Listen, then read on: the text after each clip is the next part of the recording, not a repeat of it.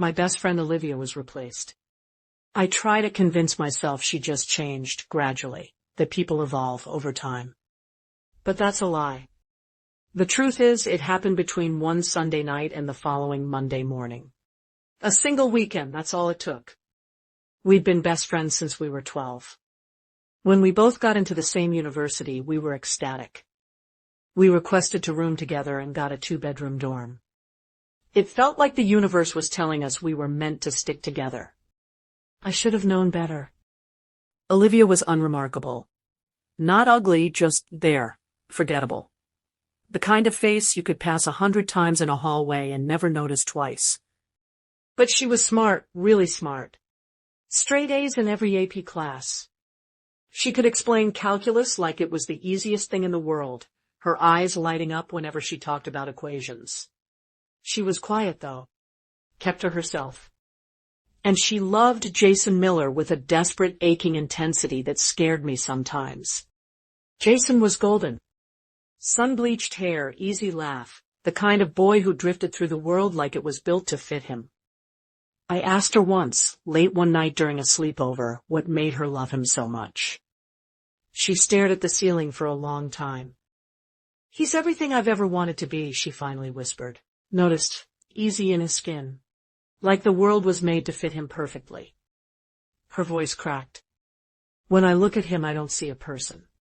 I see proof that some people just get to exist beautifully, effortlessly.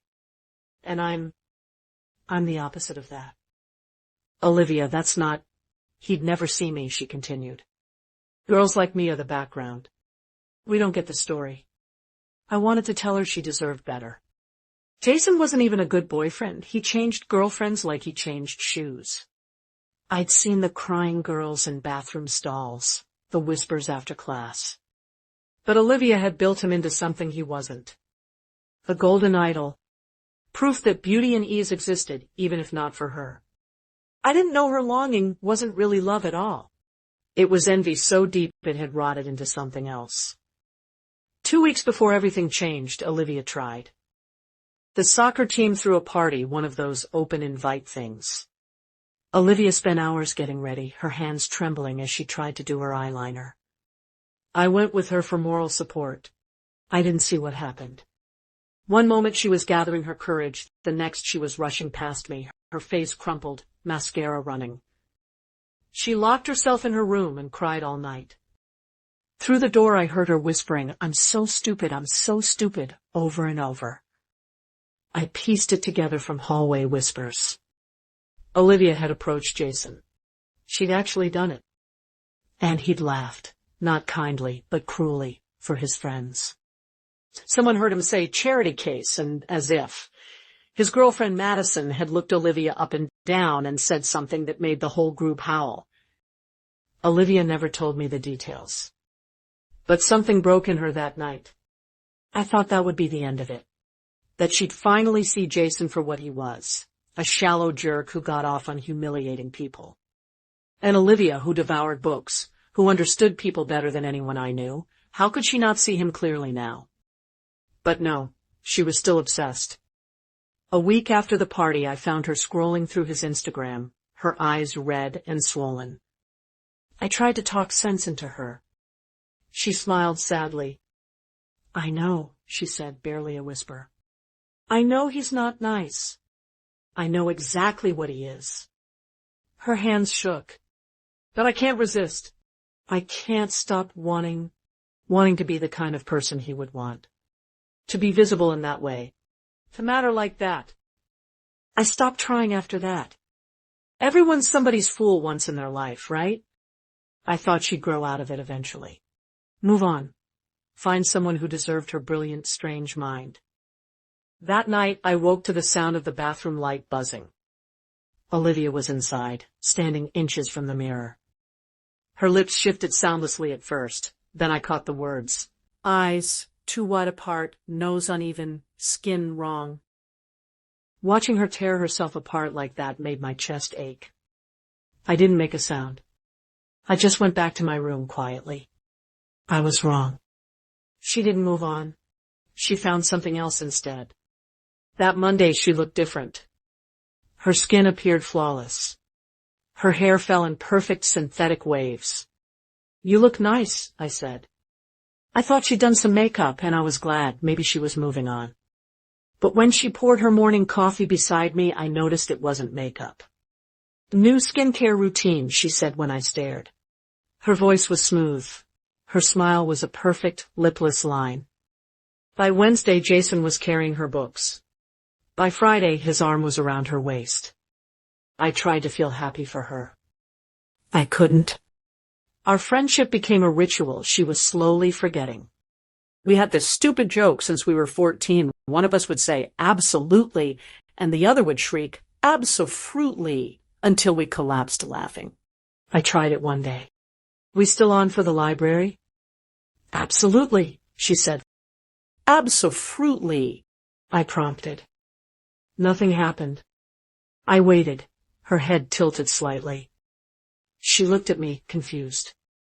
I stared back, my stomach dropping. Then, a beat too late, she laughed. I forced myself to laugh too, but my heart sank. That was a stupid joke anyway, I told myself. We should grow out of it. After that, we saw each other less. Midterms were coming, everyone was drowning in study guides. Easy to explain away. But one day I realized I hadn't actually seen her in a week. No lunches, no study sessions, no late-night tea. I texted her. She'd reply hours later, sometimes the next day. Short messages, busy. Sorry with Jason. Sometimes just an emoji. Olivia used to text back paragraphs analyzing every problem set like it was a puzzle she had to solve. But she'd just gotten her first real boyfriend, I told myself. Of course she was distracted.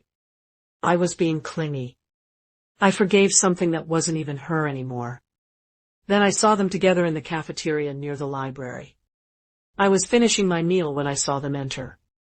Olivia spotted me and came over, taking the seat across from me while Jason went to grab food. Jason was decaying. His skin clung to his skull like gray parchment. Bruise-colored shadows pooled under his eyes. He shifted like a man wading through water. His hands trembled as he tried to lift his fork. His jaw hung slack, eyes fixed on nothing. And Olivia was glowing. Her skin seemed to emit light. Her hair cascaded in those impossible waves. She sat perfectly still, hand resting on Jason's arm. I stared at her, trying to understand. It was still Olivia, her eyes, her mouth, her nose, but everything was shifted just slightly. Not wrong, but optimized. It was as if someone had taken her face apart and reassembled it with mathematical precision, adjusting every line and curve to an impossible standard of perfection. Plastic surgery? Impossible. It had only been weeks. Yet she was more beautiful than anyone I had ever seen. A dozen questions swirled in my mind, but all I could manage was, how were your midterms? Olivia shrugged. I don't know. I might have failed probability and statistics. Only finished half of the problems. I was too stunned to respond. Just then, Jason returned with 2 trays of food. I stood up, offered him my seat, and left, feeling a confusing mix of relief and disbelief. On my way out, I overheard them. I'm so tired, Jason said, his voice dull and slurred. I don't know why I'm so tired. You just need rest, Olivia said, her tone sweet. Her hand never left his arm. Just rest, baby. I'll take care of everything. Over the following weeks, Jason's condition became impossible to ignore. At first, jokes circulated about Jason's late nights. As the season wore on, people started calling him Jason the Tired. But the humor quickly faded. He began skipping classes to sleep. He was demoted to a bench player, rarely seeing any minutes on the field.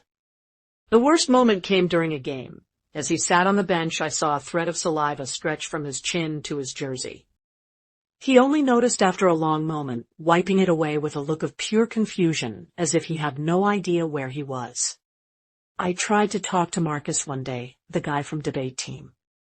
I'd seen him flirting with Olivia in the cafeteria while Jason was buying food.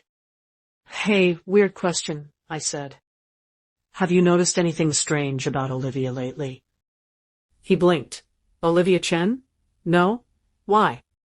She just seems different. He shrugged. She got hot? Good for her. Then walked off. That was it. No one else saw it. Or maybe no one else cared. I couldn't take it anymore. That night I waited in our dorm room for her to come back. I sat on her bed, heart pounding, determined to confront her. Olivia didn't return until after 1 a.m. She froze in the doorway when she saw me. You're still awake?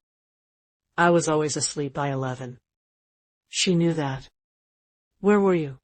I asked. Out with Jason. She stepped inside, closing the door. Why are you up so late? Are you okay? The words felt brittle in my throat. You seem different.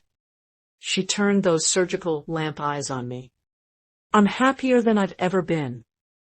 I have everything I ever wanted. But Jason? What about him? A tiny pink tongue flicked across her lips. He's happy too. Happier than he's ever been. Her head tilted. Aren't you happy for me? Olivia, he's sick. He's fine, she cut in, voice sharp. He's just tired. He looks like he's dying. Silence. Her face didn't shift. That perfect face just watched me, waiting. You're jealous, she said finally. What? Jealous that I have Jason. That I'm finally pretty. That people notice me now. She stepped closer. I used to be nothing. Just like you. Wallpaper. A whisper in a room full of screams. Her expression hardened. But that weak, hungry little ghost? She's gone. I'm not her anymore. The way she said her, like she was talking about a corpse. What happened to you? I whispered. She smiled. I became what I was always meant to be. She sat beside me on the bed, too close. I could smell something sweet and spoiled, like fruit left in the sun. Don't you ever want that? To be more than what you are? Not like this. Like what? She laughed, that wind chime sound, perfect and hollow. I'm happy. Jason's happy. Everyone wins. I stood, backing toward the door. I should go. Wait. Her hand shot out and clamped around my wrist, ice cold. Don't you want to know how? No. She studied me for a long moment. You will, she said softly. Eventually. It's easy, she whispered. You just have to want it badly enough. Want it so much you'll let something in. Something that can make you better. I tore free and ran. I didn't speak to her for 2 weeks after that. Then she broke up with Jason. He came to our dorm one night, pounding on her door. I heard his voice through the wall, cracking, desperate. Please, Olivia, please. I need you. I can't. It was raw, animal. People gathered in the hallway, filming with their phones. Olivia stood in the doorway, calm, perfect. We're done, Jason, she said softly. It's for your own good. Then she closed the door. Jason stood there swaying. Someone helped him away. Later I heard from someone in his dorm that he'd been suspended, medical leave, they called it. The sports scholarship was gone. He could barely walk without trembling. A week later, Olivia was with Marcus. Then Alan. Then someone else. I avoided her. I switched routes to class, skipped the cafeteria, lived in the library. By the end of the term, my grades were the best they'd ever been. Turns out constant fear is great for academic focus. After my last final, I was in our dorm room packing to go home for break when my phone buzzed. Olivia, want to go home together? My hands shook. Before I could reply, Olivia, when we get back, I want to show you something. Something important. I should have said no. Should have blocked her, left, never looked back. But she was still my best friend. Wasn't she? I typed okay. Then what's important? 3 dots, disappeared, reappeared. Olivia, life-changing face, with tears of joy I was supposed to think it was a joke. But my heart was pounding. The bus ride home was quiet. Olivia sat beside me, scrolling, humming softly. Her skin flawless, her hair catching the light. I kept stealing glances, searching for the old her. Nothing. When we arrived, she walked me to my house. "I'll come by tomorrow," she said. "Around noon. I really want to show you." "Show me what?" Her smile was radiant. "You'll see." That night I couldn't sleep. Every time I closed my eyes, I saw her smile. At 11:55 the next morning, footsteps sounded on the porch. I froze. My parents were out. The doorbell rang. I didn't move. It rang again. Harder.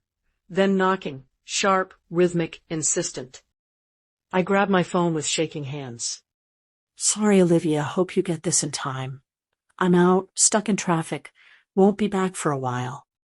I crept to the window, pulling the curtain just enough to see. Olivia stood on the porch with a messenger bag, reading the message. Then she looked up, straight at my window. Straight at me. She smiled. My phone buzzed. "Okay, no hurry, take your time. I'll come back tomorrow." As she turned and walked away, sunlight glinting off her hair. I stayed frozen, breath shallow. That night I tried to calm down. Took a long shower, hoping the hot water would wash away the fear. After, I stood in the bathroom, staring at myself in the mirror. I told myself I wouldn't see her tomorrow. I'd block her number, lock the doors, forget her. But my reflection caught my eye. My eyebrows were uneven. My nose a little crooked. My lips too thin. My skin imperfect. I leaned closer, studying the flaws. Olivia used to look like this. Ordinary, forgettable. Now she was perfect. My hand rose, fingertips tracing the soft, asymmetrical face in the glass. "Life-changing," she'd said.